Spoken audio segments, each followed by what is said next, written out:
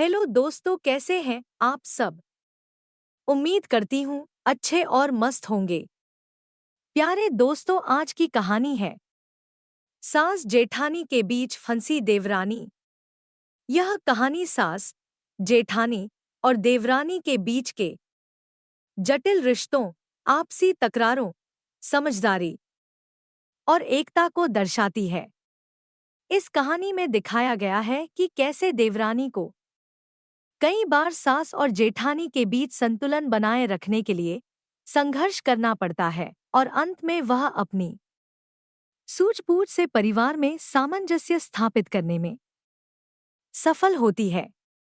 शर्मा परिवार एक संयुक्त परिवार था जिसमें सासू माँ कमला देवी, बड़ी बहू सविता और छोटी बहू नीतू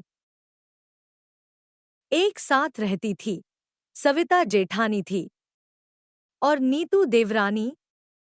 सविता परिवार की बड़ी बहू थी और कमला देवी का पूरा विश्वास था उस पर। घर का हर महत्वपूर्ण निर्णय सविता की सलाह से ही लिया जाता था और कमला देवी सविता की बातों को काफी मानती थी।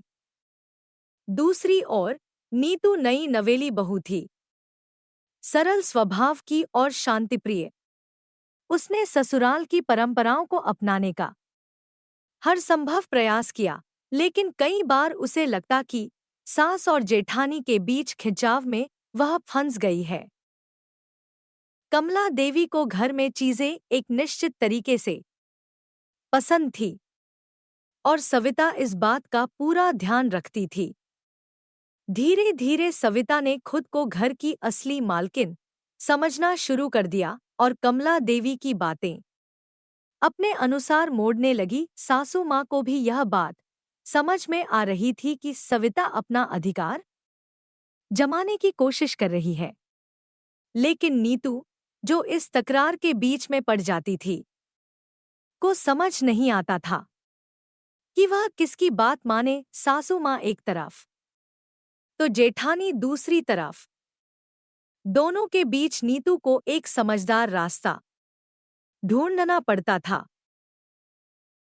एक दिन कमला देवी ने सुबह सुबह नीतू को आवाज दी और कहा, बेटा, आज दोपहर में मेहमान आ रहे हैं, तुम खाना बना लेना।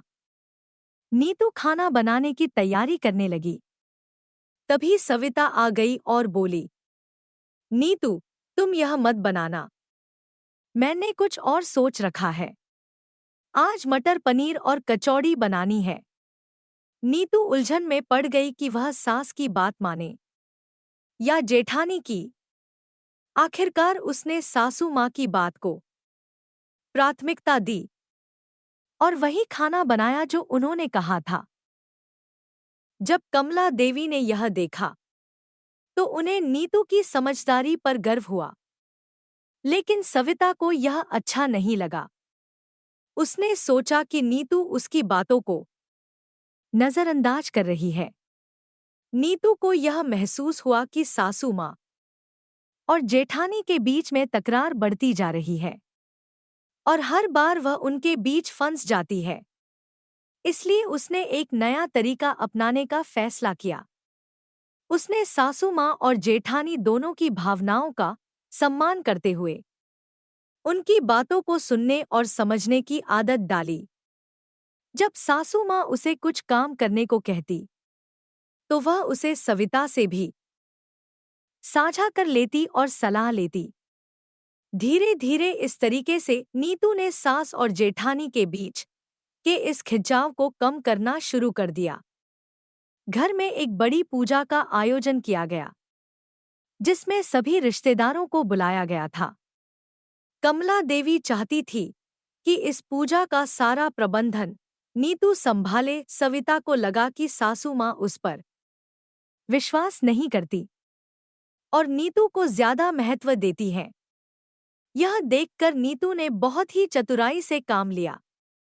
उसने सविता को हर काम में शामिल किया और सलाह मशवरा किया। उसने पूजा की व्यवस्था इस तरह की कि सासू माँ और जेठानी दोनों को लगा कि उनकी इच्छाओं का सम्मान हो रहा है। इस तरह नीतू ने परिवार की एकता को बनाए रखने में अपनी महत्वपूर्ण भूमिका निभाई। नीतू की इस सूझबूझ से सासू माँ और सविता दोनों को यह एहसास हुआ कि परिवार में प्रेम और एकता बनाए रखना कितना महत्वपूर्ण है।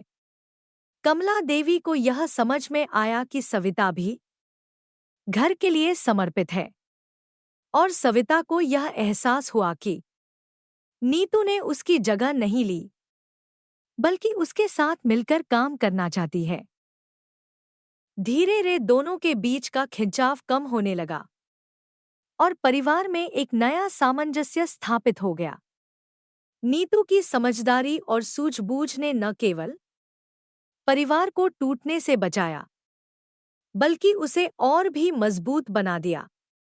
इस कहानी से यह सीख मिलती है कि परिवार में यदि प्रेम और सम्मान बनाए रखा जाए, तो हर समस्या का समाधान संभव है। नीतू की समझदारी और उसके प्रयासों ने उसे सास और जेठानी के बीच संतुलन बनाने में सफल बनाया। परिवार में एकता बनाए रखने के लिए आवश्यक है कि हम सभी की भावनाओं का आदर करें और मिलजुल कर हर चुनौती का सामना करें। प्यारे दोस्तों, यह कहानी यहीं पर समाप्त होती है।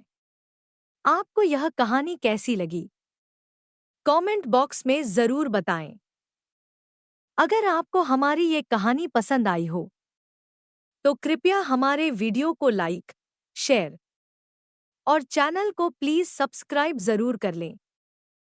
इससे हमें मोटिवेशन मिलता है और आप तक ऐसी ही मजेदार कहानियां सबसे पहले पहुंचती रहेगी। प्यारे दोस्तों, नमस्कार।